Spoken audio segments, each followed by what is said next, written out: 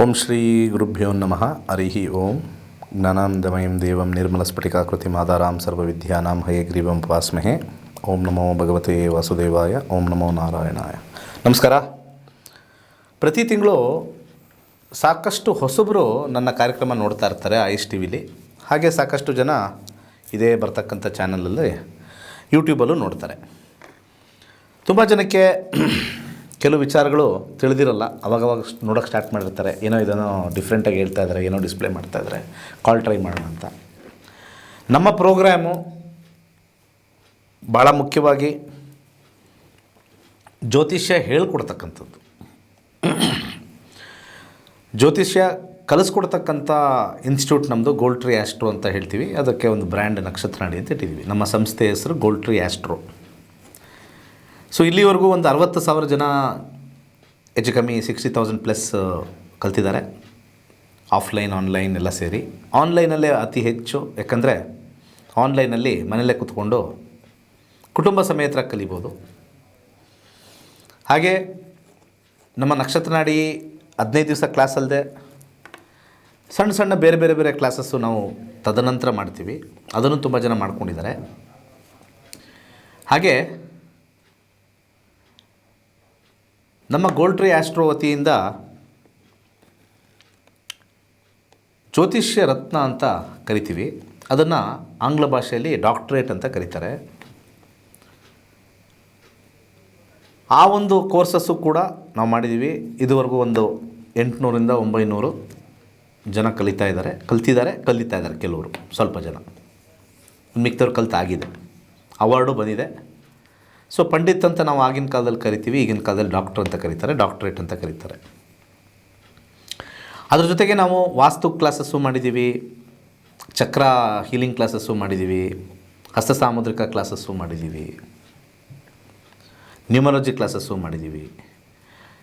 ನಮ್ಮ ಸಂಸ್ಥೆ ಎಸ್ಪೆಷಲಿ ಅತ್ಯಂತ ದೊಡ್ಡ ಸಂಸ್ಥೆ. ಜ್ಯೋತಿಷ್ಯದಲ್ಲಿ ಏಕೈಕವಾಗಿರ್ತಕ್ಕಂಥ ಸಂಸ್ಥೆ. ಪ್ರೆಡಿಕ್ಷನ್ ಹೇಳ್ತಕ್ಕಂಥ ವಿಚಾರಕ್ಕಿಂತ ಹೆಚ್ಚಾಗಿ ನಾವು ಜ್ಯೋತಿಷ್ಯ ಹೇಳ್ಕೊಡ್ತಕ್ಕಂಥದ್ದು ಇಂಪಾರ್ಟೆಂಟು. ನಾವು ಪ್ರೆಡಿಕ್ಷನ್ ನಾವು ಚೆನ್ನಾಗಿ ಮಾಡ್ತೀವಿ, ಅವ್ರಿಗೆ ಹಿಂಗಾಗುತ್ತೆ ಇವ್ರಿಗೆ ಹಿಂಗಾಗುತ್ತೆ ಅಂತ ಹೇಳಿ ಅದನ್ನೆಲ್ಲ ನೋಡಿ ಕಂಡವ್ರು ಯಾರು? ನಿಮ್ಮ ಜೀವನ ಹಿಂದೆ ಹೇಗಿತ್ತು ಮುಂದೆ ಹೇಗಿತ್ತು ಅಂತ ನೋಡಿಕೊಂಡು ಮುಂದಿನ ಜೀವನದಲ್ಲಿ ಇಡ್ತಕ್ಕಂಥ ಹೆಜ್ಜೆ ನಿಮಗೆ ಲಾಭವನ್ನು ಹೆಚ್ಚಾಗಿ ತಂದು ಕಷ್ಟಗಳನ್ನು ಕಮ್ಮಿ ಮಾಡಿ ಸುಖಮಯ ಜೀವನವನ್ನು ಮಾಡೋಕ್ಕೆ ಜ್ಯೋತಿಷ್ಯ ಇಂಪಾರ್ಟೆಂಟು. ಸೊ ನಾವು ಯಾವುದೇ ಕಾರಣಕ್ಕೂ ನಮ್ಮ ಒಂದು ವಿಚಾರದಲ್ಲಿ ಯಾರ್ದೋ ಒಬ್ಬರದ್ದು ರಾಜಕಾರಣದ ಹೇಳಿದ್ವಿ, ಯಾವುದೋ ಒಂದು 4-5 ಟಿ ವಿಲಿ ಬಂದಿದ ತಕ್ಷಣ ಅವರು ಫೇಮಸ್ ಆಗಿಬಿಟ್ರು, ಅವ್ರು ಹಿಂಗಂದರು, ಅದು ಸುಮ್ಮನೆ ಅವ್ರು ಯಾರೋ ಒಂದು ವಿದ್ಯಾಭ್ಯಾಸ ಹೇಳೋಕ್ಕೆ ಅನ್ನೋ ಒಂದು ವಿಚಾರದಲ್ಲಿಲ್ಲ. ಅದು ಸುಮ್ಮನೆ ಒಂದು ಏನಂತಾರೆ ಪ್ರಚಾರ ಅಂತ ಹೇಳ್ಬೋದು. ಪ್ರಚಾರ ಭಾಳ ಹಿಂದೆನೂ ನಾವು ಕೇಳಿದ್ವಿ. ನಾವಿನ್ನೂ ಟಿ ವಿಗೆ ಬಂದಿರಲಿಲ್ಲ. 2000ಕ್ಕೆ ಪ್ರಪಂಚ ಮುಳುಗೋಗುತ್ತೆ ಅಂತ ಒಬ್ಬರು ಬಂದು ಹೇಳಿದರು. ಅವ್ರು ಇವತ್ತು ಕರೆಸ್ಬಿಟ್ಟು ಕೇಳಿಸ್ತಾನೆ ಇರ್ತಾರೆ. ಆದರೆ ಯಾರೂ ಆ ಕ್ವಶನ್ ಕೇಳಲ್ಲ, ಏನು ರೀ 2000ದಲ್ಲಿ ಮುಳುಗೋಗುತ್ತೆ ಅಂತ. 2012ರಲ್ಲಿ ಮುಳುಗೋಗುತ್ತೆ ಅಂತಲೂ ಹೇಳಿದ್ರು. ಸೊ ನಾವು ಹುಲುಮಾನವರು, ನಮ್ಮ ಹುಲುಮಾನವರು ನಮಗಿರ್ತಕ್ಕಂಥ ಒಂದು ದೈವಿಕ ಜ್ಞಾನಕ್ಕೆ ಒಂದು ಲೆವೆಲು, ಒಬ್ಬ ಮನುಷ್ಯನಿಗೆ ಯಾವ ಮಟ್ಟದಲ್ಲಿ ಸಮಸ್ಯೆ, ಯಾವ ಮಟ್ಟದಲ್ಲಿ ಸುಖ, ಯಾವ ಮಟ್ಟದಲ್ಲಿ ಅವನು ಬೆಳೀತಾನೆ ಎತ್ತರಕ್ಕೆ ಅಂತ ಒಂದಷ್ಟು ವಿಚಾರಗಳನ್ನು ತಿಳ್ಕೊಂಡು ಜೀವನವನ್ನು ಮಾಡ್ತಕ್ಕಂಥದ್ದೇ ಜ್ಯೋತಿಷ್ಯ. ಜ್ಯೋತಿಷ್ಯ ಇರೋದು ಭಾಳ ಪ್ರಮುಖವಾಗಿ ನೆಮ್ಮದಿಯನ್ನು ತಂದುಕೊಡೋಕ್ಕೆ. ಎಲ್ಲರಿಗೂ ಆಸೆ ಆಕಾಂಕ್ಷೆಗಳು ಇದ್ದೇ ಇರುತ್ತೆ. ನನ್ನ ಮಗ ಗೌರ್ಮೆಂಟ್ ಜಾಬ್ ಹೋಗ್ಬೋದಾ?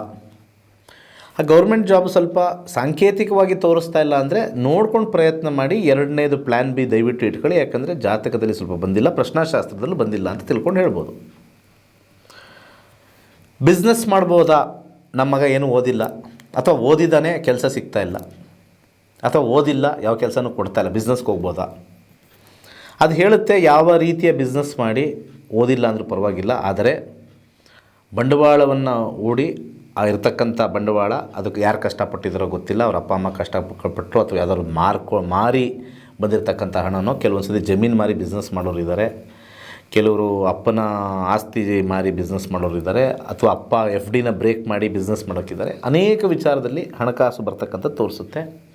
ಆದರೆ ನಮಗೆ ಅದರದ್ದು ರಿಸಲ್ಟ್ ನಮ್ಗೆ ಗೊತ್ತಿರಲ್ಲ. ಪ್ಲೀಸ್ ಅಂಡರ್ಸ್ಟ್ಯಾಂಡ್, ಅದರದ್ದು ರಿಸಲ್ಟ್ ಗೊತ್ತಿರಲ್ಲ. ಆದರೆ ಜ್ಯೋತಿಷ್ಯ ಶಾಸ್ತ್ರ ಯಾಕೆ ನಾನು ಗ್ಯಾರಂಟಿ ಹೇಳ್ತೀನಿ ಅಂತಂದರೆ, ತುಂಬ ಜನ ಇದನ್ನು ವಿಜ್ಞಾನ ಅಂತ ತಿಳ್ಕೊಂಡಿದ್ದಾರೆ. ಆದರೆ ಈ ವಿಜ್ಞಾನದ ರಿಸಲ್ಟ್ ಅಂತ ನಾನೇನು ಹೇಳ್ತೀನಿ, ಫಲಿತಾಂಶ ಅಂತ ನಾನೇನು ಹೇಳ್ತೀನಿ, ಅದು 100ಕ್ಕೆ 100 ಗ್ಯಾರಂಟಿ ಇರುತ್ತೆ. ಯಾಕೆ ಜ್ಯೋತಿಷ್ಯನ ತುಂಬ ಜನ ನಂಬಲ್ಲ ಅಂತಂದರೆ, 4-5 10 ಕಡೆ ಹೋಗ್ಬಿಟ್ಟು ಅವರೊಬ್ಬರು ಇವರೊಬ್ಬರು ಹಿಂಗೆ ಹಂಗೆ ಹಿಂಗೆ ಹಿಂಗೆ ಸರ್ಪದೋಷ, ಅವ್ರಿಗೆ ಆ ದೋಷ ಈ ದೋಷ ಅಂತ ಹೇಳಿ ಭಾಳ ಒಂದು ತಪ್ಪು ಸಂದೇಶವನ್ನು ಕೊಡ್ತಾರೆ. ಪ್ರತಿಯೊಬ್ಬ ಮನುಷ್ಯನೂ ಏನಾದರೂ ಒಂದು ನ್ಯೂನ್ಯತೆ ಇರುತ್ತೆ. ಎಲ್ಲನೂ ತಗೊಂಡಾಗಿ ನಿಮಗೆ ಸರ್ಪದೋಷ ಇದೇನೆ ಅಂತಿದ್ದರೆ ನಾವು ಜ್ಯೋತಿಷ್ಯನ ಯಾರ ಹತ್ರ ಕೇಳಬೇಕಾಗಿತ್ತು? ಫೈನ್ ಡೇ ಅಂದರೆ ರಾಜರ ಹತ್ರ ಕೇಳಬೇಕಾಗತ್ತೆ. ನಾವು ಕೇಳ್ತಾರ್ರು ಯಾರು? ಎಲ್ಲೋ ಒಂದು ಸ್ವಲ್ಪ ಕಾಂಪೌಂಡ್ರು ಅಂತ ಹೇಳ್ತೀನಲ್ಲ, ಸುಮ್ಮನೆ ಅಲ್ಲಿ ಇಲ್ಲಿ 50 ರೂಪಾಯಿ 100 ರೂಪಾಯಿ 200 ರೂಪಾಯಿ ಕೂತಿರ್ತಾರಲ್ಲ, ಅವ್ರ ಹತ್ರ ಹೋಗಿ ಕೇಳ್ತಾ ಇದ್ದೀವಿ. ಇಲ್ಲ ಅಂದರೆ ನೀವು ಪಿತೃದೋಷ ಇದೆ, ಅದನ್ನು ಸರಿ ಮಾಡ್ಕೊಂಬಿಡಿ, ನಿಮಗೆ ಬಿಸ್ನೆಸ್ ಆಗಿ ಬರುತ್ತೆ. ಪಿತೃದೋಷ ಸರಿ ಮಾಡ್ಕೊಂಬಿಡಿ, ಮದುವೆ ಆಗುತ್ತೆ. ಪ್ರತಿಯೊಂದಕ್ಕೂ ಅವರು ಗ್ಯಾರಂಟಿ ಕೊಡ್ತಾ ಇದ್ದರೆ ಆ ಗ್ಯಾರಂಟಿ ಮನುಷ್ಯ ಇಷ್ಟೊತ್ತಿಗೆ ರಾಜ ಆಗಿರಬೇಕಾಗಿತ್ತು. ಏನಂತೀರಾ? ಆಲೋಚನೆ ಮಾಡಿ. ಆದರೂ ಸ್ವಲ್ಪ ಹುಚ್ಚರು ಮನುಷ್ಯರು. ಯಾಕೆಂದರೆ ಕೆಲಸಗಳು ಆಗಲಿ ಅನ್ನೋ ಒಂದು ಉದ್ದೇಶದಿಂದ ಎಲ್ಲರ ಹತ್ರನೂ ಹೋಗ್ತಾರೆ. ಇದರಿಂದ ತುಂಬ ಮಾನಸಿಕವಾಗಿ ಸಮಸ್ಯೆ ಆಗುತ್ತೆ. ಯಾಕಂದರೆ ಒಬ್ಬರೊಬ್ಬರು ಒಂಥರ ಹೇಳ್ತಾ ಇರ್ತಾರೆ, ನಿಮಗೆ ಮದುವೆ ಆಗ್ತಾ ಇಲ್ಲ, ಸೊ ಏನೋ ಕುಜಶಾಂತಿನೋ ಅದು ಇದು ಮಾಡ್ತೀರಾ. ನೆಕ್ಸ್ಟ್ ಇನ್ನೊಬ್ಬರ ಹತ್ರ ಹೋಗ್ತೀರಾ, ಕುಜಶಾಂತಿ ಮಾಡಿದ್ರೆ ಹಾಂ ಆಯಿತು, ನೆಕ್ಸ್ಟ್ ಇನ್ನೊಂದು ಏನು ಯೋಚನೆ ಮಾಡೋಣ, ಸರ್ಪದ ಮಾಡಿದ್ರೆ ಇನ್ನು ಇರೋ ಪ್ರಾಣಿಗಳನ್ನೆಲ್ಲ ತರ್ತಾರೆ ಮುಂದಕ್ಕೆ ಆಯ್ತಾ. ಇದೇ ಥರ ಕಾಂಪೌಂಡ್ರನ್ನ ಬಿಟ್ಬಿಟ್ರೆ ನಾವು ಹುಲಿ ಶಾಂತಿ, ಚಿರತೆ ಶಾಂತಿ, ಕುದುರೆ ಶಾಂತಿ, ಕತ್ತೆ ಶಾಂತಿ ಅಲ್ವಾ. ಈಗ ಕುಂಭ ವಿವಾಹ ಈಗ ಮಡಿಕೆಗೆ ಬಂದಿದೆ, ಮಡಿಕೆ ವಿವಾಹ ಮಾಡಿದ ತಕ್ಷಣ ಚೆನ್ನಾಗುತ್ತೆ. ಏನು ಸೈಂಟಿಫಿಕ್ ಪ್ರೂಫ್ ಇದೆ ಅದು ಮಾಡೋದ್ರಿಂದ ಚೇಂಜ್ ಆಗುತ್ತೆ ಅಂತ? ಏನು ಚಾಲೆಂಜ್ ಮಾಡ್ತೀರಾ ಹೇಳಿ ಮಾಡೋರು? ಯಾರ್ಯಾರು ಕುಂಭ ವಿವಾಹ ಮಾಡ್ತಾಯಿದ್ದೀರಾ? ಕುಂಭ ವಿವಾಹ ಸಂಸ್ಕೃತದಲ್ಲಿ ಕೊಟ್ಬಿಟ್ಟಿದ್ದಾರೆ, ಒಪ್ಕೊಳ್ತೀನಿ. ಸಂಸ್ಕೃತದಲ್ಲಿ ನೀಟಾಗಿ ಪ್ರೊಸೀಜರ್ಲ ಕೊಟ್ಟಿದ್ದಾರೆ. ಅದ್ರದ್ದು ಬ್ಯಾಕ್ಗ್ರೌಂಡು, ಅದಕ್ಕೆ ಬೇಕಾಗಿರ್ತಕ್ಕಂಥ ಒಂದು ಸೈಂಟಿಫಿಕ್ ಹಿನ್ನೆಲೆ ಎಲ್ಲಿದೆ? ಇವತ್ತು ಯಾರೋ ಮೊನ್ನೆ ಬಂದಿದ್ದರು, ಸರ್ ಎಲ್ಲ ವಿವಾಹನೂ ಮಾಡಿಸ್ಬಿಟ್ವಿ ಸರ್, ಕದಳಿ ವಿವಾಹ, ಕುಂಭ ವಿವಾಹ, ಆದರೂ ಯಾಕೆ ಸರ್ ಮದುವೆ ಕ್ಯಾನ್ಸಲ್ ಆಯಿತು, ಕಟ್ಟಾಯಿತು, ನನ್ನ ಮಗಳು ಡಿವೋರ್ಸಿಗೆ ಹೋಗಿದ್ದಾಳೆ, ಕೋರ್ಟಲ್ಲಿದ್ದಾಳೆ, ಗಲಾಟೆ ನಡೀತಾ ಇದೆ, ಜಗಳಗಳು ನಡೀತಾ ಇದೆ, ಯಾಕೆ ಇಷ್ಟೆಲ್ಲ ಮಾಡಿದ್ರೆ ಯಾಕೆ? ಯಾವ ಶಾಸ್ತ್ರದಲ್ಲಿ ಬರೆದಿದೆ ನೀವು ಎಲ್ಲ ಪೂಜೆ ಮಾಡಿಸಿದ್ರೆ ನಿಮಗೆ ರಾಜನಂತ ಗಂಡ ಸಿಗ್ತಾನೆ ಅಂತ? ಯಾವ ಶಾಸ್ತ್ರದಲ್ಲಿ ಬರೆದಿದೆ? ಹಾಗಿದ್ರೆ ಕರ್ಮಫಲ ಅಂದರೆ ಏನು? ಹಾಗಿದ್ರೆ ಕಾಂಪೌಂಡ್ಗಳು ಪೂಜೆ ಮಾಡಿಸಿದ ತಕ್ಷಣ ಕರ್ಮನೇ ಚೇಂಜ್ ಮಾಡೋಂಗಿದ್ದರೆ ಎಲ್ಲರೂ ಕಳ್ತನ ಮಾಡಿ ಒಂದು ಪೂಜೆ ಮಾಡಿಸಿ ಕರ್ಮ ಚೇಂಜ್ ಮಾಡ್ಕೊಂಬಿಟ್ವಿ ಅಂದಂಗಾಯಿತು. ಈ ಒಂದು ದೃಷ್ಟಿನ ದಯವಿಟ್ಟು ನೀವೆಲ್ಲ ಅರ್ಥ ಮಾಡಿಕೊಂಡ್ರೆ ಅಲ್ಲಿ ಇಲ್ಲಿ ಹೋಗ್ದಲೇ ನಿಜವಾದ ಕರ್ಮಫಲ ನನ್ನಲ್ಲಿ ಏನಿದೆ ಅಂತ ತಿಳ್ಕೊಬೇಕು ಅಂತಂದರೆ ಅದಕ್ಕೊಂದು ಸ್ವಲ್ಪ ಸಣ್ಣ ಫೀಸ್ ಖರ್ಚಾಗುತ್ತೆ. ಅದು 15,000 ರೂಪಾಯಿ ಆಗುತ್ತೆ. 15 ದಿವಸಕ್ಕೆ ಬಂದು ಕಲಿತು ನೋಡಿ. ಯಾರಿಗೋ ಮಕ್ಳಿಗೆ ಹೇಳೋದಲ್ಲ, ನೀನು ಕಲಿಯೋ, ಅವ್ರು ಕಲಿಯೋ, ಮಗಳಿಗೆ ಹೇಳೋದಲ್ಲ, ನೀನು ಕಲಿ, ಅಥವಾ ನನಗೆ ಗೊತ್ತಿಲ್ಲ ಅವ್ರಿಗೆ ಯಾರಿಗೋ ಅಣ್ಣ ಇದ್ದಾನೆ ಅವ್ರಿಗೆ ಕಲಿ, ಅಯ್ಯೋ ನನ್ನ ತಮ್ಮ ಇದ್ದಾನೆ ಅವ್ನು ಕಲಿ, ನನಗೆ ಅರ್ಥ ಆಗುತ್ತೋ ಇಲ್ವೋ. ಊರಲ್ಲೆಲ್ಲ ದುಡ್ಡು ಹಾಕಿ ಕೇಳ್ಕೊಂಬರೋಕ್ಕಾಗತ್ತೆ. ಅದೇ ಸ್ವಲ್ಪ ದುಡ್ಡು ಇಟ್ಕೊಂಡು ನಾನೇ ನೋಡ್ಬಿಡೋಣ ಅನ್ನೋ ಒಂದು ಮನಸ್ಥಿತಿ ಕೆಲವ್ರಿಗೆ ಬರಲ್ವಲ್ಲ. ಊರಲ್ಲಿರೋದೆಲ್ಲ ಪ್ರಾಬ್ಲಮ್ ನೀವು ಯಾರ ಹತ್ರ ಹೋಗಲಿ ನಿಮಗೆ ತಲೆಗೆ ಅಂಟಿಸ್ಕೊಂಬರ್ತಿರಲ್ಲ, ಸಮಸ್ಯೆನೇ ಅಂಟಿಸ್ಕೊಂಬರೋದು. ಅವ್ರೇನು ಒಳ್ಳೇದು ಹೇಳ್ತಾರ? ನಾನು ಎಷ್ಟೋ ಜನಕ್ಕೆ ಜಾತಕ ಫಸ್ಟ್ ಕ್ಲಾಸ್ ಆಗಿದೆ, ಬ್ಯೂಟಿಫುಲ್ ಆಗಿದೆ, ತಲೆ ಕೆಡಿಸ್ಕೊಬೇಡಿ. ನಾನು ಇಲ್ಲೇ ಹೇಳಿದ್ದೀನಿ, ಇದೇ ವಾಹಿನಿಲಿ ಎಷ್ಟು ಜಾತಕಗಳು ನೋಡಿದ್ದೀನೋ ಹೇಳಿದ್ದೀನಿ. ಚೆನ್ನಾಗಿದೆ ರೀ, ಫಸ್ಟ್ ಕ್ಲಾಸ್ ಆಗಿದೆ, ನೆಕ್ಸ್ಟ್ ಇನ್ನೊಂದು 3 ವರ್ಷ ಆದಮೇಲೆ ಮುಂದಿನ ವರ್ಷ ಎಕ್ಸಲೆಂಟ್ ಆಗಿರ್ತೀರ, ಫಸ್ಟ್ ಕ್ಲಾಸ್ ಆಗಿದೆ, ಡೋಂಟ್ ವರಿ. ಸೊ ಜ್ಯೋತಿಷ್ಯದ ಹತ್ರ ಕಾಲ್ ಮಾಡೋದು ಹೋಗೋರ್ದೆಲ್ಲನೂ ನಾನು ನೆಗೆಟಿವೇ ಹೇಳಬೇಕು ಅಂತ ಕೂತಿರ್ತಕ್ಕಂಥ ಒಂದು ಸಮೂಹಕ್ಕೆ ಎಂಟೈರ್ ಒಂದಷ್ಟು ಜನ ಆಲ್ಮೋಸ್ಟ್ 80% ಬಾಗ್ತಾ ಇದ್ದಾರೆ. ಅವ್ರನ್ನ ದೇವರಾಗಿ ನೋಡ್ತಾ ಇದ್ದಾರೆ, ತಪ್ಪಿಲ್ಲ, ದೇವರಾಗಿ ನೋಡಿ. ಆದರೆ ನಿಮಗೆ ಉತ್ತರ ಬರ್ತಕ್ಕಂಥದ್ದೆಲ್ಲ ದೆವ್ವದ್ದೇ, ಪಕ್ಕಾ ದೆವ್ವದ ಉತ್ತರಗಳೇ ಬರೋದು ನಿಮಗೆ ಪಿತೃದೋಷ, ಅವರು ದೆವ್ವ ಆಗಿದ್ದಾರೆ. ಸರ್ಪದೋಷ, ಅದು ಹಾವಿನ ದೆವ್ವ ಆಗಿದೆ. ಎಲ್ಲ ಇಂಥ ಒಂದು ವಿಚಾರದಿಂದನೇ ಜ್ಯೋತಿಷ್ಯ ನಂಬ್ತಾ ಇಲ್ಲ ಮುಂದಿನ ಪೀಳಿಗೆಗೆ ಜ್ಯೋತಿಷ್ಯ ಹಾಳಾಗೋಕ್ಕೆ ಮುಖ್ಯ ಕಾರಣ, ಮೊದಲನೇ ಕಾರಣ, ಎಲ್ಲ ಪಬ್ಲಿಕ್ ಅವರು ಪೂಜೆ ಮಾಡಿಸೋದ್ರಿಂದ ಸಕ್ಸಸ್ ಆಗುತ್ತೆ ಅನ್ನೋದು ಮೊದಲನೇ ಪ್ರಾಬ್ಲಮ್. ಎರಡನೇದು, ಎಲ್ಲ ಕಾಂಪೌಂಡ್ರುಗಳು ನೀವು ಬಂದಿದ್ದಕ್ಕೆಲ್ಲ ಈ ಪೂಜೆ ಮಾಡಿಸಿ ಸರೋಗುತ್ತೆ ಅಂತ ಹೇಳಿ ಕಾನ್ಫಿಡೆನ್ಸ್ ಅಲ್ಲ ಅದು. They are giving over confidence because they have been taken money. ಎಷ್ಟೋ ಜನ ಪಾಪ ಹೋಗಿದ್ದಾರೆ, ವಾಪಸ್ಸು ಅಳ್ತಾರೆ ನನ್ನ ಹತ್ರ ಬಂದು, ಸಾರ್ ಅವ್ರ ಹತ್ರ ಹೋಗಿದೆ, ಫಸ್ಟು 40,000 ಕೊಟ್ಟೆ ಸಾರ್, ಯಾಕೋ ಸರಿಗೆ ಪೂಜೆ ಸರೋಗಿಲ್ಲ, ಇನ್ನೊಂದು 15 ಕೊಡಿ, ಇನ್ನೊಂದು ಸತಿ ಮಾಡಿಬಿಡ್ತೀನಿ ಅಂತ ಹೇಳಿ ಅಲ್ಲೂ ಕೊಟ್ಟ. 3ನೇ ಸತಿ ಹೋದಾಗ ನನಗೆ ಬಾಯಿ ಬಂದಂಗೆ ಬೈತಾ ಇದ್ದಾರೆ, ಸರ್ ಕರ್ಮ ಕಟ್ಕೊಂಬಿಡ್ತೀಯ ನೀನು, ಹಂಗೆ ಹಿಂಗೆ ಬೇರೆ ಬೇರೆ ಅದು ಕೆಲವು ಪದಗಳು ಹೇಳಿದ್ದಾರೆ, ಅದು ನನ್ನ ವಾಹಿನಿಯಲ್ಲಿ ಹೇಳಲ್ಲ. ಅಂಥದ್ದೆಲ್ಲ ಕಾಂಪೌಂಡ್ರುಗಳು ಜ್ಯೋತಿಷ್ಯರ ಡ್ರೆಸ್ ಹಾಕ್ಕೊಂಡು ಬೈದು ಕಳಿಸಿದಿರಲ್ಲ. ಮತ್ತು ಫಸ್ಟು ನೀವು ದುಡ್ಡಿಸ್ಕೊಳ್ಬೇಕಾದ್ರೆ ಎಷ್ಟು ನಯವಿನಯ ಇತ್ತು ಆಗುತ್ತೆ ಅಂತ. ಅಂದರೆ ನೀವೆಲ್ಲ ಒಂದು ಕಲ್ಲು ಹೊಡಿತಾ ಇದ್ದೀರಾ, ಮಾವಿನಕಾಯಿ ಬಿದ್ದರೆ ಬೀಳಲಿ ಅಂತ. ಪಾಪ ಜನ ಮರಳೋ ಜಾತ್ರೆ ಮರಳೋ ಓಡ್ತಾ ಇದ್ದಾರೆ. ಒಂದಷ್ಟು ಜನ ಕೂಗ್ತಾ ಇದ್ದಾರೆ ಜ್ಯೋತಿಷ್ಯ ಸುಳ್ಳು ಅಂತ. ಇಲ್ಲಿ ನಾವಿಲ್ಲಿ ಕೂಗ್ತಾ ಇದ್ದೀವಿ ಜ್ಯೋತಿಷ್ಯ ನಿಜ ಕಲ್ತ್ಕೊಳ್ಳಿ ಬಂದು ಅಂತ. Very dangerous. ಅದರಲ್ಲಿ ಕೆಲವು ವಾಹಿನಿಗಳಂತೂ ಯಾರನ್ನು ಕೂರಿಸಿ ಬರೀ ರಾಶಿ ಭವಿಷ್ಯ ಹೇಳಿಸ್ಬಿಡ್ತಾರೆ, ಅಲ್ಲೂ ಮೋಸ ಮಾಡ್ತಾರೆ. ಅದೆಲ್ಲ ರಾಶಿ ಭವಿಷ್ಯಲ್ಲೇ ಹೇಳಿಸಿ ಏನು ಡಿರೈವ್ ಮಾಡ್ತಾ ಇದ್ದಾರೆ ಕೆಲವು ವಾಹಿನಿಗಳು, ದೊಡ್ಡ ದೊಡ್ಡ ಚಾನಲ್ಗಳು, ಗೊತ್ತಿಲ್ಲ. What are you people deriving out of it? ಅಲ್ಲಿ ಯಾವುದೇ ಇದು ಮಾತಾಡೋಂಗಿಲ್ಲ, ಧರ್ಮದ ಬಗ್ಗೆ ಮಾತಾಡೋಂಗಿಲ್ಲ, ರಾಶಿ ಗ್ರಹದ ಬಗ್ಗೆ. ಮತ್ತು ಆ ರಾಶಿ ಮತ್ತು astrology is part of the ಧರ್ಮ. ಕರ್ಮದ ನೋಡ್ಕೊಳ್ಳಿ, ನಮ್ಮ ಭಗವದ್ಗೀತೆಯಲ್ಲಿ ಏನು ಹೇಳಿದೆ ಅದು ನೋಡ್ಕೊಳ್ಳಿ, ಅವೆಲ್ಲ ಏನಿಲ್ಲ. ಪ್ರೋಟೋಕಾಲ್ ಇಷ್ಟೇ ಹೇಳಬೇಕು, ಇಷ್ಟೇ ಮಾಡಬೇಕು. ದಟ್ ಈಸ್ ವೇರ್ ಅಗೈನ್ ಸಮಾಜನ ತಿರ್ತಕ್ಕಂಥ ಕೆಲಸ ಆಗಿರ್ತಕ್ಕಂಥ ಆ ಒಂದು ಮಾಧ್ಯಮನೂ ಕೂಡ ಎಲ್ಲೋ ಒಂದು ಕಡೆ ಈ ಜ್ಯೋತಿಷ್ಯದ ವಿಚಾರದಲ್ಲಿ ಹೋಗ್ಬಿಟ್ಟಿದೆ. ಯಾರು TRP ಜಾಸ್ತಿ ಬರುತ್ತೋ, ಹೆಂಗೆ ಹೇಳ್ತಾನೋ, ಏನು ಬೈತಾನೋ ಅಂಥವ್ರನ್ನ ಬಂದು ಕೂರಿಸೋದು. ಊರಲ್ಲಿ ಯಾರು ಮೇಧಾವಿಗಳೇ ಇಲ್ಲ, ಅಂಥವ್ರನ್ನೇ ಬಂದು ಕೂರಿಸಿ ಅದಂಗಾಗ್ಬಿಡುತ್ತೆ, ಇದಂಗಾಗ್ಬಿಡುತ್ತೆ, ಅಲ್ಲಿ ಬೆಂಕಿ ಇಲ್ಲಿ ಬೆಂಕಿ, ಎಲ್ಲ ಕಡೆನೂ ಬೆಂಕಿ, ಪ್ರತಿ ಸತಿ ಬೆಂಕಿ ಇರುತ್ತೆ. ಪಿನ್ ಪಾಯಿಂಟ್, ಅಕ್ಯುರೇಟ್, ಇದು ಹಿಂಗೆ ಹಿಂಗೆ ಹಿಂಗೆ ಈಸ್ ನಾಟ್ ಸೋ ಈಸಿ. ಇಂಥವನ್ನೆಲ್ಲ ತೊಗೊಂಡು ಅಲ್ಲಿ ಗುರುಗಳ ಯಾರೋ ಒಬ್ರು ಹೇಳಿರ್ತಾರೆ, ಗುರುಗಳನ್ನು ತಿಳ್ಕೊಳ್ಳೋಣ, ಅಲ್ಲಿ ಕೆಳಗಡೆ ಕಮೆಂಟ್ ನೋಡಬೇಕೆಲ್ಲ ಬರೀ ಕಚಡ ಕಮೆಂಟೇ. ಆ ಗುರುಗಳನ್ನ ನಿಲ್ಲಿಸೋ ಕಮೆಂಟ್ಗಳೇ ಕೆಳಗಡೆ. ಅಟ್ಲೀಸ್ಟ್ ಅವ್ನು ಹೇಳ್ತಾರೆ ಸುಳ್ಳು ಅಂತ ಈಗ ಸದ್ಯಕ್ಕೆ ಇಟ್ಕೊಳ್ಳೋಣ, ಅಥವಾ ನಿಜಾನೇ ಹೇಳ್ತಾನೆ ಅಂತ ಸೈಡಲ್ಲಿ ಇಟ್ಕೊಳ್ಳೋಣ. ಎರಡಕ್ಕೂ ಒಂದೇ ಕೆಳಗಡೆ ಉತ್ತರ. ಇವನ ಭವಿಷ್ಯನ ಗೊತ್ತಾ, ಇವನು ಯಾವಾಗ ಸಾಯ್ತಾನ ಗೊತ್ತಾ? ಇಂಥ ಕಮೆಂಟ್ಗಳಿಗೆ ಗುರುಗಳು ಬಯಸ್ಕೊಳ್ಳೋಕ್ಕೆ ಕೆಲವು ನಮ್ಮ ಈ ಮಾಧ್ಯಮಗಳು ಅದು ಇದು ಎಲ್ಲ ನಾವು ಹಾಕ್ಕೊಂಡು ಟೋಪಿ ಹಾಕ್ಕೊಳ್ಳುವಂಥ ಪರಿಸ್ಥಿತಿ ಬಂದಿದೆ. ಇವತ್ತೆಲ್ಲರಿಗೂ ಗೊತ್ತಿರ್ತಕ್ಕಂಥದ್ದು ಕಮೆಂಟಿಂದ ಏನಾಗಿದೆ ಅಂತ ಗೊತ್ತಾಗಿದೆ ಅಲ್ವಾ? ನನಗೂ ಮಾಡ್ತಾರೆ ಕಮೆಂಟು, ಮಾಡ್ಕೊಳ್ಳಿ. ಒಂದು ಕಮೆಂಟಿಂದ ಯಾವ ಲೆವೆಲ್ಗೆ ಹೋಗಿದೆ ಅಂತ ಗೊತ್ತಾಯ್ತಲ್ವಾ ಜೀವನ. ಹಾಗೆ ಕಮೆಂಟ್ ಮಾಡೋರು ಸ್ವಲ್ಪ ಗಮಂಡಿಗಳು, ಸ್ವಲ್ಪ ಸೈಲೆಂಟಾಗಿರಬೇಕು. ಪಬ್ಲಿಕ್ ಅವ್ರು ಏನು ಬೇಕಾದ್ರೂ ಹೇಳ್ಬೋದು ಅಂದರೆ ಹೇಳಿ, ಆದರೂ ನೀವು ಒಬ್ಬರು ಮನುಷ್ಯರೇ, ಅದನ್ನು ತಿಳ್ಕೊಳ್ಳಿ. ಪಬ್ಲಿಕ್ ಅಂದರೆ ಅದೇನೋ ಒಂಥರ ಸಮೂಹ ಅಲ್ಲ, ಅಲ್ಲಿ ಪ್ರತಿಯೊಬ್ಬ ಮಾಡೋನು ಒಬ್ಬ ವೈಯಕ್ತಿಕವಾಗಿರ್ತಕ್ಕಂಥ ಒಬ್ಬ ಶ್ರೇಷ್ಠವಾಗಿರ್ತಕ್ಕಂಥ ಒಬ್ಬ ವ್ಯಕ್ತಿ. ಅವನ ನಿಜವಾದ ಬಣ್ಣಗಳನ್ನು ಅಲ್ಲಿ ಹಾಕ್ತಾನೆ, ಅರ್ಥ ಆಯ್ತಾ? ಸೊ ಕಮೆಂಟ್ ಹಾಕ್ತಕ್ಕಂಥ ಜನಗಳೆಲ್ಲ ಯಾರಲ್ಲಿ ಕೆಳಗಡೆ ಎಲ್ಲ ಹಾಕೋರಂದರೆ ಅವರು ನಿಜವಾದ ಬಣ್ಣಗಳಲ್ಲಿ ಹಾಕ್ತಾ ಇದ್ದಾರೆ ಅಷ್ಟೇ. ನಂದು ಯಾವುದು ಬ್ಲ್ಯಾಕಾ, ನಂದು ಪ್ಯೂರ್ ವೈಟಾ, ನಂದು ರೆಡ್ಡಾ ಅಲ್ಲಿ ಹಾಕ್ಕೊಂಡು ತೋರಿಸ್ತಾ ಇದ್ದೀರ ಅಷ್ಟೇ. ನೀವು ಇನ್ನೊಬ್ರಿಗೇನೋ ಕಮೆಂಟ್ ಕಳಿಸ್ತಾ ಇದ್ದೀರಿ ಅಂತ ಅನ್ಕೋಬೋದು ಅಷ್ಟೇ. ಮೇರಿಲ್ಲರೊಬ್ಬ ನೋಡಿರ್ತಾನೆ ನೀನು ಯಾವ ಕಲರ್ ಹೊಡೆದೆ ಪೇಂಟ್ ಅಂತ, ನಿನಗೂ ಅದೇ ಕಲರ್ ಪೇಂಟ್ ನೀನು ವಾಪಸ್ ಹೊಡಿತೀನಿ, ವೆಯ್ಟ್ ಮಾಡು. ಯಾವ್ದು ರೈಟ್ ಯಾವ್ದು wrong, why simply to comment. ಈಗ ನಿಮಗೆ ಕಮೆಂಟ್ ಮಾಡಿದ್ರೆ ನೀವು ಅಷ್ಟೊಂದು ಗ್ರೇಟಾ? ಅಷ್ಟೊಂದು ಗ್ರೇಟ್ ಆಗಿದ್ದರೆ ನೀವು ಎಲ್ಲೋ ಇರ್ತಾಯಿದ್ರಿ. ನಿಮಗೆ ಕಮೆಂಟ್ ಮಾಡೋಕ್ಕೆ ಪುರ್ಸೊತ್ತಿದೆ ಅಂತಂದರೆ ನೀವು ಗ್ರೇಟ್ ಅಲ್ಲ, ಪಕ್ಕ. ನಿಮ್ಗೆ ಕಮೆಂಟ್ ಮಾಡೋಕ್ಕೆ ಪುರ್ಸೊತ್ತಿದೆ ಅಂತಂದರೆ ನೆಗೆಟಿವ್ ಆಗಿ ನೀವು ಓದ್ಲ ಪಕ್ಕ. ಯಾಕೆಂದರೆ ಕೆಲಸ ಇರೋರು ಆ ಕಡೆ ನೋಡಲ್ಲ. ಅಯ್ಯೋ ನನಗೆ 108 ಕೆಲಸ ಇರುತ್ತಪ್ಪ, ಅವ್ನು ಏನು ಇನ್ಫಾರ್ಮೇಷನ್ ಇಲ್ದ ವಿಚಾರ ತಿಳ್ಕೊಂಡೆ, ಏನು ಕಮೆಂಟ್ ಏನು ಮಾಡೋದು ತಿಳ್ಕೊಂಡೆ. ಅವ್ರು ಹೇಳಿದ್ರು ಓಕೆ, ಅವ್ರು ಹೇಳಿದ್ರು ರೈಟ್ ಇರ್ಬೋದು, ರಾಂಗ್ ಇರ್ಬೋದು, ತಿಳ್ಕೊಂಡೆ ಮುಂದೆ ಹೋದೆ. ಅದಕ್ಕೊಂದು ಹಾಕಿ ಟಕ್ ಟಕ್ ಟಕ್ ಅಂತ ಹಾಕಿದ್ರೆ ನಿನಗಿಲ್ಲಿ 100 ಬರ್ತವೆ ಇಲ್ಲಿ ಹಾಕೋದಿಂದು ಲೈಫಲ್ಲಿ. ನಿನಗೆ ಮೆಸೇಜ್ಗಳು ಬರೋಲ್ಲ, ಒರಿಜಿನಲ್ಲಾಗೇ ಬಂದುಬಿಡ್ತಾರೆ ನಿನಗೆ. ಅದಾಗೇ ಆಗುತ್ತೆ. That is why this social media is part of Rahu ತತ್ವ. ತುಂಬ ಜನಗೆ KN ರಾವ್ ಅವರು ಹೇಳಿದರು,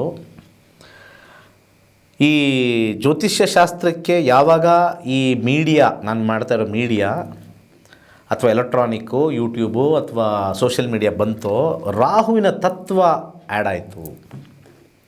ರಾಹುವಿನ ತತ್ವ ಆ್ಯಡ್ ಆಯಿತು. ರಾಹು ಅರ್ಧ ಒಳ್ಳೆಯವನು ಅರ್ಧ ಕೆಟ್ಟವನು, ಅರ್ಧ ಒಳ್ಳೆಯವನು ಅರ್ಧ ಕೆಟ್ಟವನು. ಅದರಲ್ಲಿ ಭಾಳ ಇಂಪಾರ್ಟೆಂಟಾಗಿ ರಾಹುವಿನ ಒಂದು ತತ್ವನ ಎಲ್ಲನೂ ಬ್ಯಾಡ್ ಮಾಡಿಬಿಟ್ಟಿದ್ದಾರೆ. ಅದು ತಪ್ಪದು. ಎಷ್ಟೋ ಜನ ರಾಹು ಒಳ್ಳೆ ಸ್ಥಾನದಲ್ಲಿದ್ದಾಗ ರಿಸರ್ಚ್ ಫೀಲ್ಡು, ಮತ್ತು ನಾನು ಚಾಲೆಂಜ್ ಮಾಡ್ತೀನಿ, ಬಟ್ ಎಲ್ಲ ನನ್ನ ಹತ್ರ ಜಾತಕ ಇಲ್ಲ ಎಷ್ಟೋ ಜನದ್ದು. ಈ ಸ್ಪೇಸಲ್ಲಿರೋರು ಮತ್ತು ಈ ಒಂದು ಇಸ್ರೋ ಸೈಂಟಿಸ್ಟ್ಗಳು ಮತ್ತು ಯಾರ್ಯಾರು ಹೊಸ ಹೊಸದು ಟೆಕ್ನಾಲಜಿ ಕಂಡುಹಿಡಿತಾರಲ್ಲ ಅವ್ರದ್ದು ರಾಹು ಇನ್ಫ್ಲೂಯೆನ್ಸ್ ಹೈಯೆಸ್ಟ್ ಇರುತ್ತೆ. ರಾಹು 10ನೇ ಮನೇಲಿರುತ್ತೋ ಅಥವಾ 8ನೇ ಮನೇಲಿರುತ್ತೋ 11ನೇ ಮನೇಲಿರುತ್ತೋ ಹೈಯೆಸ್ಟ್ ಇನ್ಫ್ಲೂಯೆನ್ಸ್ ಇರುತ್ತೆ. ನಮ್ಮಲ್ಲಿ ಕಾಂಪೌಂಡ್ರಿಗೆ ರಾಹು ದೋಷ ಅಂತ ಹೇಳ್ತಾರೆ. ಆ ರಾಹು ತಲೆ ಇರ್ತಕ್ಕಂಥದ್ದು. He is not A planet, he is just A shadow, ಒಂದು ಡಾಟ್ ಅಷ್ಟೇ. ಅದು ಸೂರ್ಯಚಂದ್ರನಿಂದ ಬರುತ್ತೆ, ಅರ್ಥ ಮಾಡ್ಕೊಳ್ಳಿ. ರಾಹು ಬರ್ತಕ್ಕಂಥದ್ದು, ಕೇತು ಬರ್ತಕ್ಕಂಥದ್ದು ಸೂರ್ಯಚಂದ್ರನಿಂದ. ಅರ್ಥ ಆಯ್ತಾ? ಸೂರ್ಯನ ಒಂದು ಪಾತ್ ಅಂದರೆ ಭೂಮಿ ಪಾತ್ ಅಂತ ನಾವು ಇಂಡೈರೆಕ್ಟಾಗಿ ಹೇಳ್ತೀವಿ, ಚಂದ್ರನ ಒಂದು ಪಾತ್, ಇವೆರಡು ಇಂಟರ್ಸೆಕ್ಷನ್ ಆದಾಗ the power of the sun and moon is equal to Rahu Ketu. ಒಬ್ಬರೊಬ್ಬರ ಜಾತಕದಲ್ಲಿ ಸೂರ್ಯ ಚಂದ್ರ ಪವರ್ಫುಲ್ ಇದ್ದರೆ ರಾಹು ಪವರ್ಫುಲ್ ಆಗಿಬಿಟ್ಟಿರ್ತಾನೆ, ಕೇತು ಪವರ್ಫುಲ್ ಆಗಿರ್ತಾನೆ. ಸೂರ್ಯ ಚಂದ್ರ ವೀಕ್ ಆಗಿಬಿಟ್ಟಿದ್ರೆ ರಾಹು ವೀಕು, ಕೇತು ವೀಕ್ ಆಗಿಬಿಡ್ತಾನೆ. So Rahu Ketu directly or indirectly Surya ಚಂದ್ರನ ಮೇಲೇ ಡಿಪೆಂಡ್ ಆಗಿರೋದು ಜಾತಕದಲ್ಲಿ. ಸೊ ಸೂರ್ಯ ಚಂದ್ರ ಚೆನ್ನಾಗಿದ್ದರೆ, ಸೂರ್ಯ ಅಂದರೆ ಫೇಮಸ್ ಆಗೋದು, ಚಂದ್ರ ಅಂದರೆ ಮೈಂಡ್ ಸ್ಟ್ರಾಂಗ್ ಆಗಿರೋದು. ಸೊ ಸೂರ್ಯ ಚಂದ್ರ ಚೆನ್ನಾಗಿದ್ದರೆ ರಾಹುಕೇತುಗಳು ಅವರವರ ಕಾಲದಲ್ಲಿ, ಸೂರ್ಯಚಂದ್ರ ಚೆನ್ನಾಗಿರೋದ್ರಿಂದ ರಾಹುಕೇತುಗಳು ಅವರವರ ಕಾಲದಲ್ಲಿ ಅತ್ಯಂತ ಎತ್ತರ ತೊಗೊಂಡು ಹೋಗ್ತಾರೆ, because of the sun and the moon. ಈ ಸೀಕ್ರೆಟ್ಸ್ ಎಷ್ಟೊಂದು ಜನಕ್ಕೆ ಗೊತ್ತಿಲ್ಲ. ರಾಹು ದೇಶ ನಡೀತಾ ಇದೆಯಾ? ತಗೋ. 7ನೇ ಮನೇಲಿ ರಾಹು ಇದೆಯಾ? ಅದು ಒಳ್ಳೆಯ ಕಾಂಬಿನೇಷನ್ ಇದ್ದು ಸೂರ್ಯಚಂದ್ರ ಚೆನ್ನಾಗಿತ್ತು ಅಂದರೆ 7ನೇ ಮನೇಲಿರೋ Rahu the greatest businessman ಆಗ್ತಾನೆ ದಶಾದಲ್ಲಿ. ಯಾಕಂದರೆ ಸೂರ್ಯಚಂದ್ರ ಮೇಲೆ ಸ್ವಲ್ಪ ಡಿಪೆಂಡ್ ಆಗುತ್ತೆ ಇಂಡೈರೆಕ್ಟ್ಲಿ. ಯಾಕಂದರೆ ಅದರದ್ದು ಕ್ರಾಸ್ ಪಾಯಿಂಟೇ ರಾಹು ಪಾಯಿಂಟು, ಕೇತು ಪಾಯಿಂಟು. ಅದು ಯಾವುದೇ ಗ್ರಹ ಅಲ್ಲ, ಅದು ಗ್ರಹ ಎಲ್ಲೂ ಇಲ್ಲ. ಅರ್ಥ ಮಾಡ್ಕೊಳ್ಳಿ ವೀಕ್ಷಕರು, ರಾಹು ಅನ್ನೋದು ಗ್ರಹ ಇಲ್ಲವೇ ಇಲ್ಲ. ಅದು ಒಂದು ಇಮ್ಯಾಜಿನರಿ, ಒಂದು ಸರ್ಕಲಿಂಗ್ ಡ್ರಾ ಮಾಡಿದ್ರೆ, ಇಲ್ಲಿಂದ ಇನ್ನೊಂದು ಡ್ರಾ ಮಾಡಿದ್ರೆ, ಇದರಲ್ಲಿ ಒಂದು ನಿಮ್ಗೆ ಏರಲ್ಲಿ ಡ್ರಾ ಮಾಡಿದ್ರೆ, ಆ ಡ್ರಾ ಮಾಡಿರೋದು ಇಂಟರ್ಸೆಕ್ಷನ್ ಪಾಯಿಂಟೇ ರಾಹು ಕೇತು. ಸೊ ಆ ಪಾಯಿಂಟು ಸನ್ ಆ್ಯಂಡ್ ಮೂನ್ ಇಂಟರ್ಸೆಕ್ಷನಿಂದ ಬಂದಿರೋದ್ರಿಂದ ಸನ್ನು ಮೂನು ಸ್ಟ್ರಾಂಗ್ ಆಗಿದ್ದರೆ ಆ ಬಿಂದುಗಳು ಸ್ಟ್ರಾಂಗ್ ಆಗಿರುತ್ತೆ. ಆ ಬಿಂದುಗಳು ಸ್ಟ್ರಾಂಗ್ ಆಗಿದ್ದರೆ ಅದನ್ನು ರಾಹುಕೇತು ಅಂತ ಕರಿತೀವಿ. ಆ ರಾಹುಕೇತು ಸ್ಟ್ರಾಂಗ್ ಆಗಿದ್ದರೆ, ರಾಹುಕೇತು ದಶಗಳು ಬಂದಾಗ ಎಕ್ಸಲೆಂಟ್ ಆಗಿರ್ತಾರೆ, ಫಾರಿನ್ಗೆ ಹೋಗ್ತಾರೆ, ಒಳ್ಳೊಳ್ಳೆ ಟೆಕ್ನಾಲಜಿನ ತೊಗೊಂಬರ್ತಾರೆ, ಸೈನ್ಸ್ ತೊಗೊಂಬರ್ತಾರೆ, ಒಳ್ಳೊಳ್ಳೆ ಸರ್ಜನ್ಸ್ ಆಗ್ತಾರೆ ರಾಹು ಚೆನ್ನಾಗಿದ್ದಾಗ. ಎಲ್ಲ ತೊಗೊಂಡೋಗಿ ಈ ಕಾಂಪೌಂಡ್ರ್ ಥರ ರಾಹುನ ಪೂಜೆ ಮಾಡಿಸಿ, ಅದಕ್ಕೆ ದಾನ ಮಾಡಿಸಿ, ಆ ಗುಡ್ ಕಾಂಬಿನೇಷನ್ನ ರಿಡ್ಯೂಸ್ ಮಾಡಿಸಿ ಎಷ್ಟೋ ಜನ ಈ ಹೆಚ್ಚು ಪೂಜೆ ಮಾಡಿಸೋರ್ದು ಏಳಿಗೆ ಆಗಿಲ್ಲ ಪಕ್ಕಾ. ಇವತ್ತು ನಾನು ಯಾವುದಾದ್ರು ಕಲ್ಲು ಮೇಲೆ ಬರೆದು ಹೋಗ್ತೀನಿ, ಇವತ್ತು ಕಲ್ಲು ಮೇಲೆ ಬರೆದು ಹೋಗ್ತೀನಿ. ಯಾಕಂದರೆ ಶಾಸನ ಅಂತಾರೆ ಅತಿ ಹೆಚ್ಚು ಬರೀ ಪೂಜೆ ಮಾಡ್ಕೊಂಡಿರೋರು ಯಾರೂ ಉದ್ಧಾರ ಆಗಿಲ್ಲ, ಎಫರ್ಟ್ ಕೊಟ್ಟಿಲ್ಲ. ಭಗವಂತನಿಗೆ ಇಷ್ಟ ಆಗಲ್ಲ. ಏನು 3 ಹೊತ್ತು ಆ ಪೂಜೆ ಈ ಪೂಜೆ, ಈ ದೋಷ ಆ ದೋಷ ತಿಕ್ಕಲ್ ಮಾಡಿ ಹುಚ್ಚನ್ನು ಮಾಡಿ ಆಚೆ ಹಾಕ್ಬಿಡ್ತಾನೆ. ನಿಮ್ಮ ಜಾತಕ ಚೆನ್ನಾಗಿದ್ದರೂ ಕೂಡ ಅತಿ ಹೆಚ್ಚು you exploited something. We cannot exploit something ಅಲ್ವಾ? ಯೋಚನೆ ಮಾಡಿ. ನನ್ನ ಜಾತಕ ಇವನ ಹತ್ರ ತೋರಿಸು, ಏನು ಪೂಜೆ ಮಾಡಿಸ್ಬೇಕಾ, ಇದು ಮಾಡಿಸು. There is exploitation. ಇವನ ಹತ್ರ ತೋರಿಸು, ಅವನು ಯಾವುದೋ ಇನ್ನೊಂದು ಹೇಳ್ತಾನೆ, ಅದು ಮಾಡಿಸು. You are just not working. ನೀನು ಹೋಗಿ ನಿನ್ನ ಕೆಲಸ ನೀನು ಮಾಡು, ಟೈಮ್ ಬಂದಾಗೆಲ್ಲ ಮಾಡಿಸ್ತೀನಿ, ಒಳ್ಳೆಯದೇ ಮಾಡಿಸ್ತೀನಿ, ಡೋಂಟ್ ವರಿ. ನೀನು ಎಲ್ಲ ಏನೂ ಕಿತಾಪತಿ ಎಲ್ಲ ಊರಲ್ಲೆಲ್ಲ ತಗೊಂಡಾಗ ನಿಂಗೆ ಮಾಡ್ತೀನಿ. You are exploiting that chart. Don't exploit that chart, please don't exploit it. Exploitation ಅಂದರೆ ಗೊತ್ತಲ್ಲ, 3 ಹೊತ್ತು ಹೋಗ್ಬರೋದು ಇದ್ದರೆ ತಪ್ಪದು. ದಯವಿಟ್ಟು ತಿಳ್ಕೊಳ್ಳಿ, ಎಕ್ಸ್ಪ್ಲಾಯ್ಟೇಷನ್ ಮಾಡಬೇಡಿ. ತುಂಬ ಲೇಡೀಸು ಹೈಯೆಸ್ಟ್ ಎಕ್ಸ್ಪ್ಲಾಯ್ಟೇಷನು ನಿಮ್ಮ ಮಕ್ಕಳ ಜಾತಕ ಮಾಡಿದ್ದಾರೆ, ಊರವ್ರಿಗೆಲ್ಲ ತೋರಿಸೋದು. ನಾನು ಕಾಂಪೌಂಡ್ರ್ ಅಂತೆ ಅವರೊಬ್ಬರನ್ನೇ ನಂಬ್ತೀರಾ, ಅವ್ರೊಬ್ಬರ ಹತ್ರನೇ ಹೋಗಿ ಅವ್ರ ಹತ್ರ ಹೇಳ್ಬಿಡಿ, ಎಲ್ಲ ಇದಾಗಿಲ್ಲ, ಇದು ಯಾವಾಗ ಮಾಡ್ತೀರಾ, ಬೇಕಾದ್ರೆ ಅಲ್ಲೇ ಕುತ್ಕೊಂಬಿಡಿ, ನಿಮ್ಮ ಕೈಲೆಲ್ಲ ಕೊಟ್ಟಿದ್ದೀನಿ, ದುಡ್ಡು ಕೊಟ್ಟಿದ್ದೀನಿ, ಅವ್ರ ಹತ್ರನೇ ಇದ್ದುಬಿಡಿ. That is better. Don't go and exploit your chart. ಯಾಕಂದರೆ ಆ ಚಾರ್ಟ್, ಬರ್ತ್ ಚಾರ್ಟ್ ಅನ್ನೋದು ನಿಮ್ಮ ಹಿಂದಿನ ಜನ್ಮದಿಂದ ಬಂದಿರತಕ್ಕಂಥದ್ದು. ಅದನ್ನು ನೀವು ಎಕ್ಸ್ಪ್ಲಾಯ್ಟ್ ಮಾಡ್ತಾ ಕೂತ್ಕೊಳ್ಳೋಕ್ಕಾಗಲ್ಲ. ಬಂದಿದ್ದನ್ನು ನೋಡಿಕೊಂಡು ಅಲ್ಲಿವರೆಗೂ ಕಷ್ಟ ಇದೆ, ಅನುಭವಿಸ್ಬಿಡ್ತೀನಿ ಬಿಡು. ಒಂದು ಅಕ್ಟೋಬರ್ ಆದಮೇಲೆ ಸ್ವಲ್ಪ ಚೆನ್ನಾಗಿದೆ, ಅಲ್ಲಿವರೆಗೂ ಸುಮ್ಮನೆ ಇದ್ದುಬಿಡ್ತೀನಿ. That is prayer. ಆ ಅಕ್ಟೋಬರ್ ಯಾವಾಗಾಗುತ್ತೋ ಗೊತ್ತಿರಲ್ಲ, ಅದಕ್ಕಿಂತ ಮುಂಚೆ ಅಲ್ಲಿ ರಾಹು ಏನೋ ಬಂದಿರುತ್ತೆ, ಅದನ್ನು ಹೋಗಿ ಆ ಪೂಜೆ ಮಾಡಿಸಿ ಇಲ್ಲಿ ಮಾಡಿಸಿ ಟೈಮ್ ವೇಸ್ಟ್ ಮಾಡಿ ಎಕ್ಸ್ಪ್ಲಾಯ್ಟ್ ಮಾಡಿದಾಗ ಡಿಸ್ಟರ್ಬೆನ್ಸ್ ಆಗಿಬಿಡುತ್ತೆ. ಅದು ದಿಸ್ ಈಸ್ ರಿಯಲ್.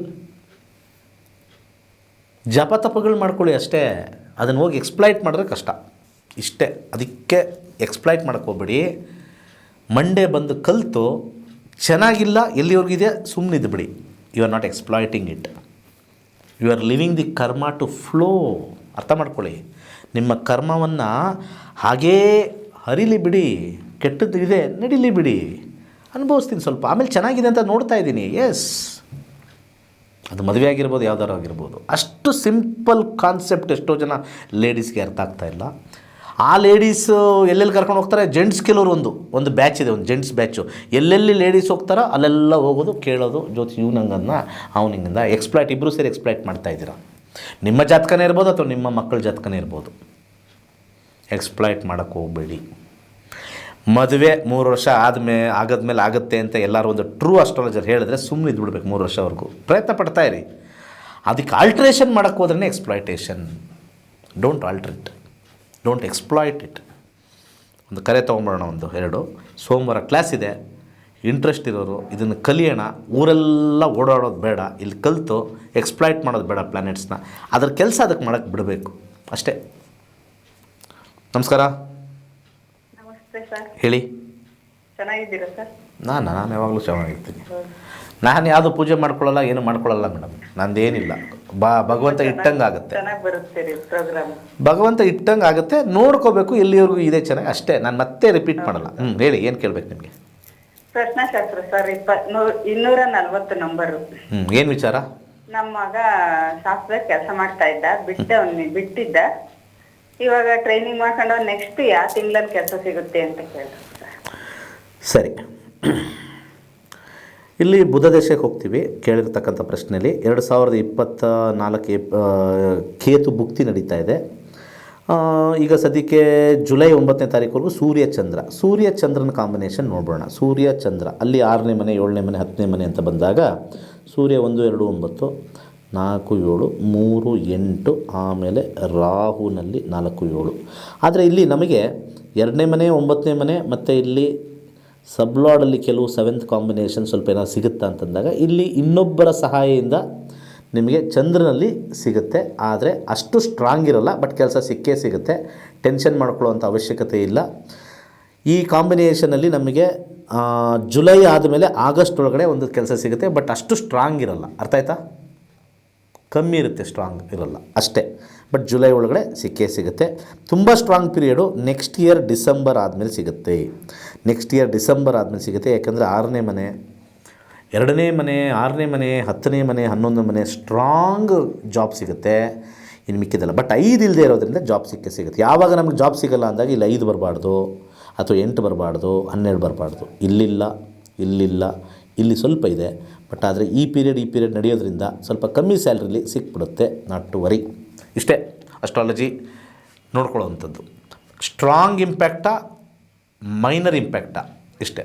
ಓಕೆ, ಇಷ್ಟೇ ಅಸ್ಟ್ರಾಲಜಿ ನೋಡಬೇಕು. ಒಂದು ಎಕ್ಸಾಂಪಲ್ ಕೊಟ್ಟಿದ್ದೀನಿ, ಅದೇ ಥರ ನಾನು ನಿಮಗೆ ಕ್ಲಾಸಲ್ಲಿ ಹೇಳ್ಕೊಡ್ತೀನಿ. ಸ್ಟ್ರಾಂಗ್ ಇಂಪ್ಯಾಕ್ಟ್ ಆಮೇಲೆ ಬರುತ್ತೆ. ಈಗ ಎಷ್ಟೋ ಜನ ಇವಾಗ ಕೆಲಸಕ್ಕೆ ಸೇರಿರ್ತಾರೆ. ಸರ್ ಒಂದು 15,000 ಸಂಬಳ, ಮುಂದೆ ಯಾವಾಗಲಾದ್ರು ಚೆನ್ನಾಗಿದೆಯಾ ಸರ್? 3 ವರ್ಷ ಆದಮೇಲೆ ನಿಮ್ಗೆ ಇನ್ನೂ ಸೂಪರಾಗಿದೆ. 3 ವರ್ಷ ಆದಮೇಲೆ ನಿಮಗೆ ಕರೆಕ್ಟಾಗಿ ಒಂದು 40,000 ಬಂದಿರುತ್ತೆ. ಇನ್ನೊಂದು 10 ವರ್ಷ ಆದಮೇಲೆ ನೀವು ಒಳ್ಳೆ ಪೊಸಿಷನ್ಗೆ ಹೋಗ್ತೀರಾ. ಎಸ್, ವೆರಿ ಗುಡ್, ಒಳ್ಳೆ ಪೊಸಿಷನ್ ಬಂದೆ ಸರ್, ಅಲ್ಲಿಂದ ಇಲ್ಲಿಗೆ ಬಂದೆ ಸರ್, ಇವಾಗ ನನಗೆ 3 ಲಕ್ಷ 4 ಲಕ್ಷ ಸಂಬಳ ಬರ್ತಾಯಿದೆ ಸರ್, ಅಷ್ಟು ತೆಗಿತಾ ಇದ್ದೀನಿ. ಮಧ್ಯದಲ್ಲಿ ಏನಾದ್ರು ಪ್ರಾಬ್ಲಮ್ ಆಯಿತು ಸರ್, ಯಾವುದೋ ಒಂದು ಮಧ್ಯದಲ್ಲಿ ಹಿಂಗೆ ಬಿಸ್ನೆಸ್ ಮಾಡೋಕ್ಕೆ ಹಿಂಗೆ ಹೋದೆ, ಅಲ್ಲೊಂದು 5 ಲಕ್ಷ ಕಳ್ಕೊಂಡು ಬೇಡಪ್ಪ ಅಂತ ಹಿಂಗೆ ಬಂದೆ ಅಷ್ಟೇ. This is what is life. Exploit ಮಾಡೋಕ್ಕೆ ಹೋಗ್ಬೇಡಿ. ಒಳ್ಳೆಯದಾಗಲಿ. ಸರ್ವೇ ಜನ ಸುಖಿನೋ ಭವಂತು.